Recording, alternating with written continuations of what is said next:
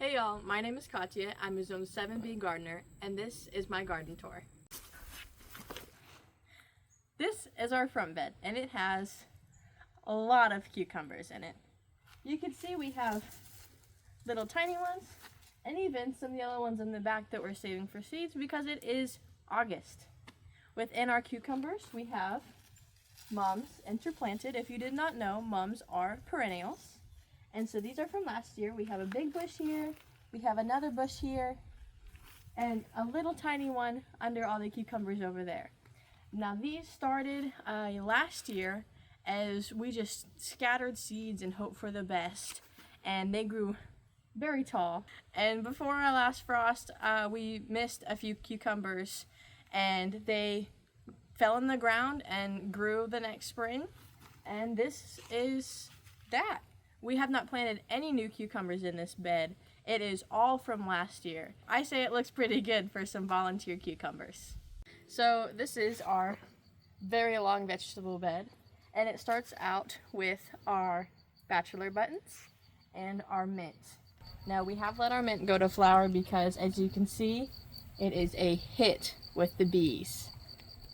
From there we have some different peppers, all from dollar store bell peppers to mini yellow bells to some spicy pumas, and we even have a self-seeded basil plant. Going a little further down, we have more herbs and more mini bell peppers.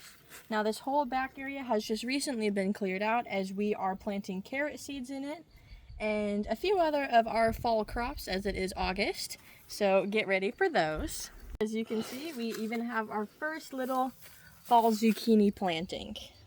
Here in Zone 7B, Oklahoma, we cannot grow squash during the summer, really of any type.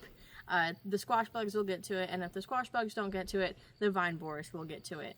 And so this is something new that we're trying this year in hopes to actually get more than the one zucchini we have gotten this year.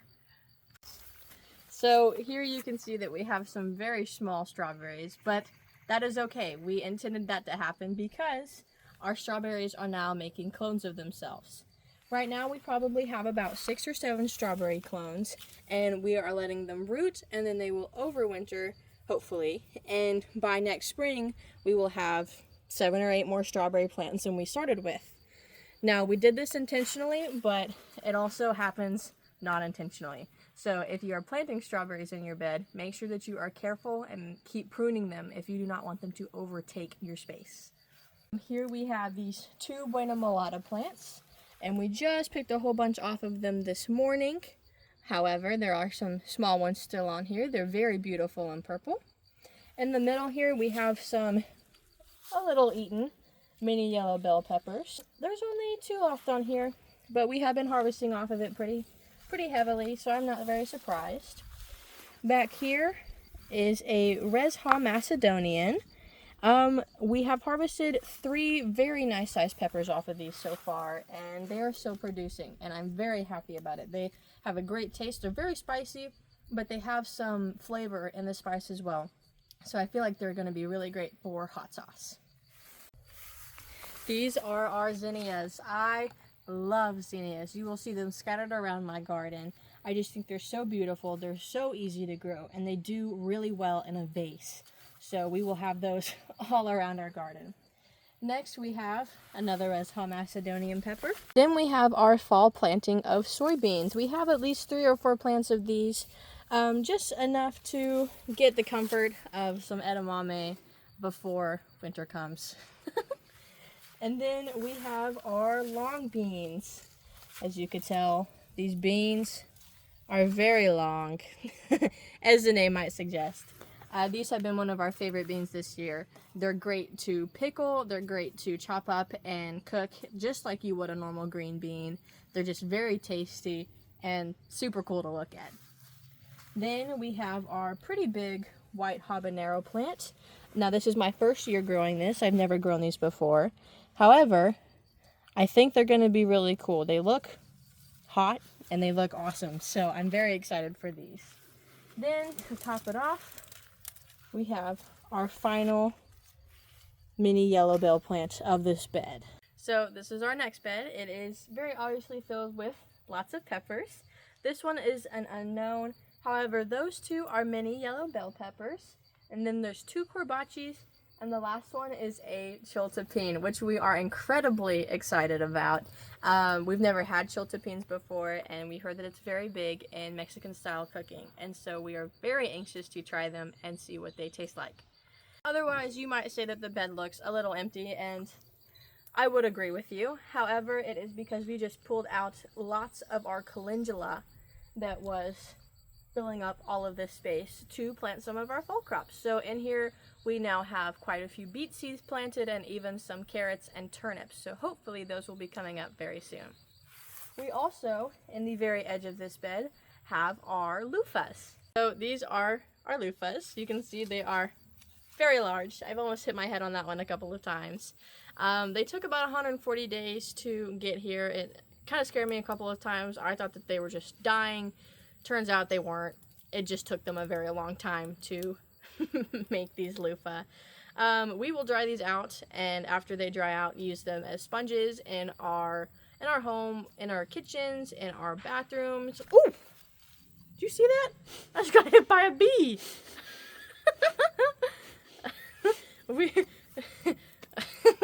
We'll use them in our kitchens and our bathrooms as all organic body scrubs. So in this bed we have some of our tomatoes. These are all indeterminate varieties, and we have them T-post in a Florida weave style. And then when they outgrew our T-post, we put wooden dowels in with them, and they have held up nicely. Now, from the end, we have our cherry tomatoes, and then our chocolate cherry tomatoes, and then we have our green zebras, our beefsteak tomatoes, and then these are our traveler's tomatoes. Now, they are called traveler's tomatoes because you are able to take them apart and travel while you eat them. Now, this one's gone a little bit bad, but you get the idea. So right here we have our basil, and around that we have planted our carrots.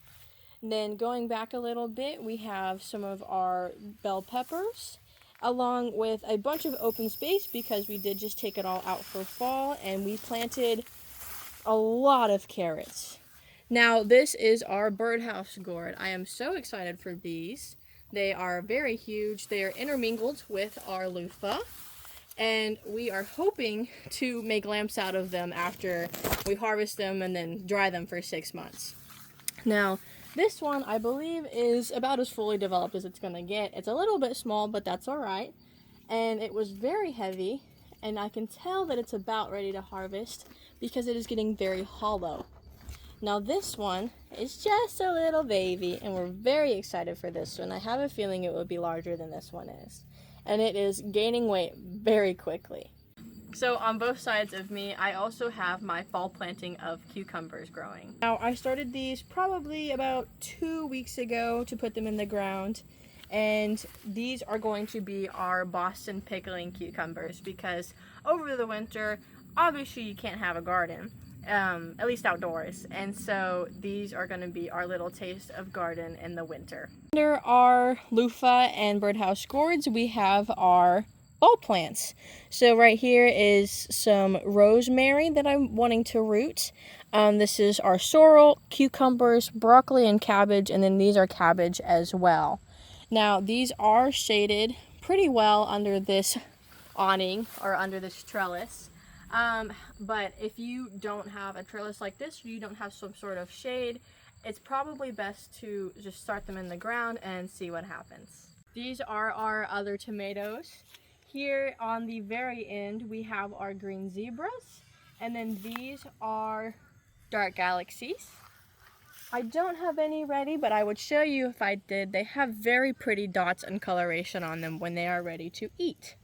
After that, we have our mortgage lifters, followed by our traveler tomatoes.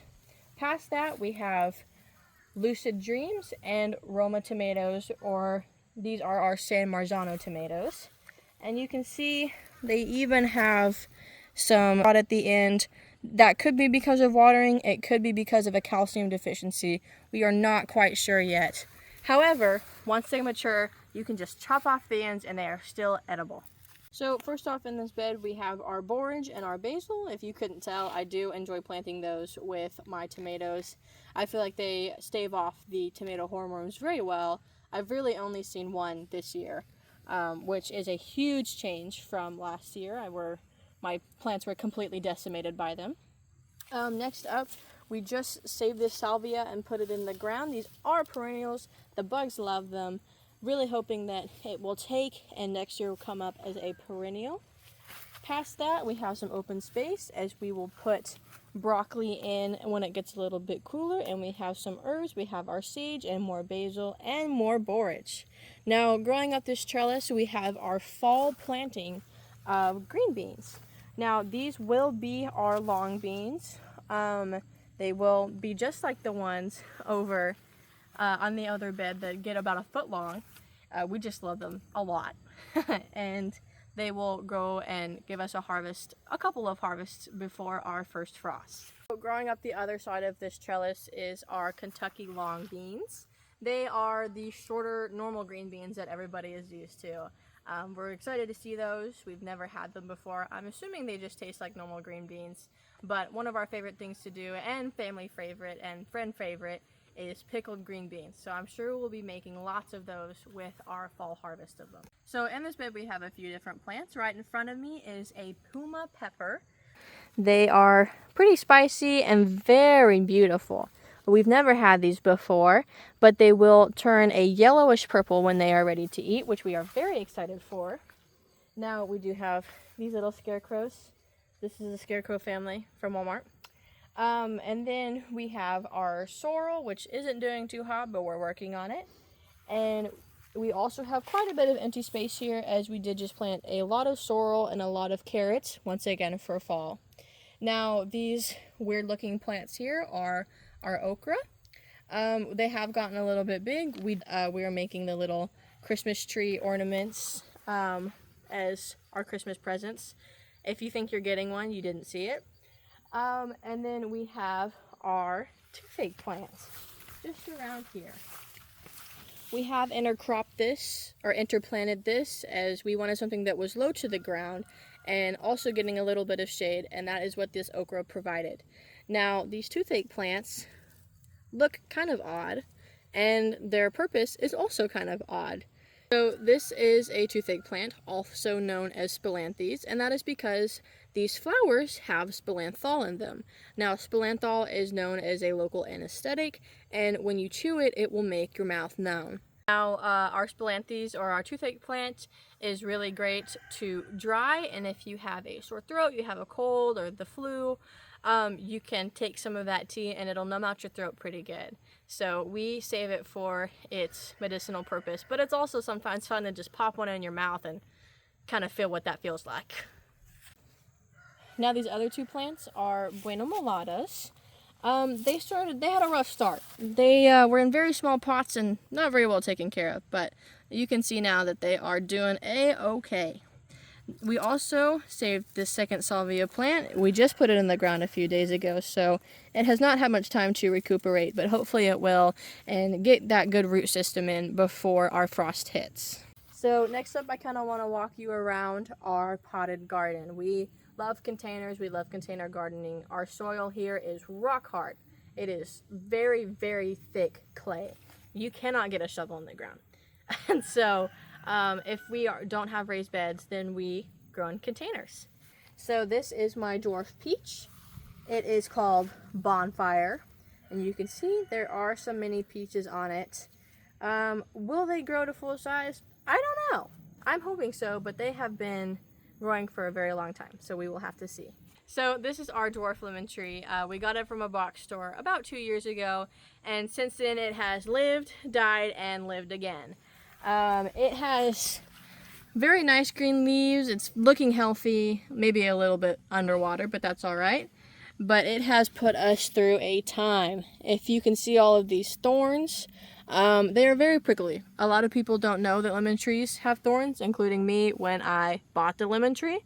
And it put me through some hard times. When you catch yourself on these, it'll sting you, and it will sting for like 5-10 minutes. It will suck, and hopefully it is worth it for the future lemons that we get.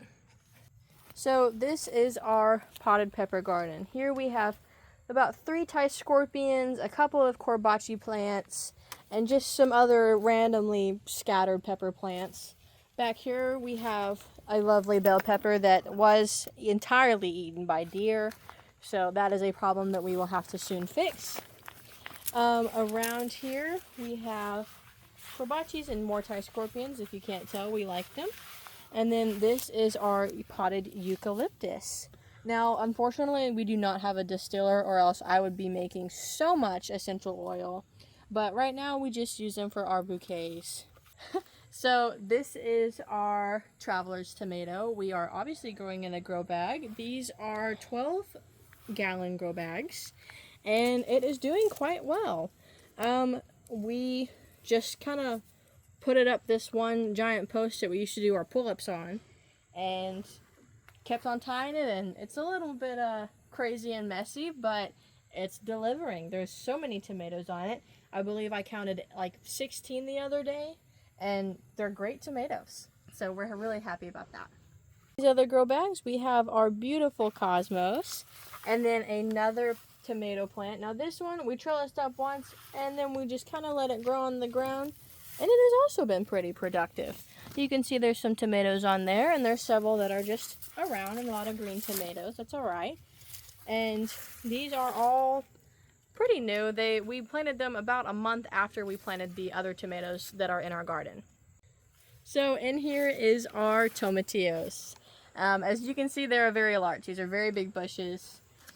They are just about as big as I am, and they produce very heavily, and the bees love them a lot.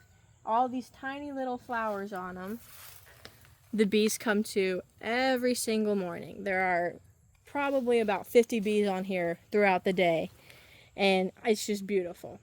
Now in here we do have green tomatillos and purple tomatillos. There is a slight taste difference, but they're about the same to me. And we got a big harvest at the first of the season, in which we made tomatillo salsa. Have not tried that yet, but we did can it up. Hoping to try it in the colder months when we're missing the garden just a little bit more. And now they are producing kind of slow. They're not as big of a harvest as there was at the first of the season, but they are still producing. They are very sweet, kind of tart. They are one of my favorite fruits to grow in the garden. So otherwise in this bed, we also have another toothache plant. We had some determinate tomatoes in here that we had just taken up. There's still one left right there in that corner though. You can kind of see these are, I believe, Rosy Finch. And then we have our stevia, which has flowered and probably seeded itself yet again.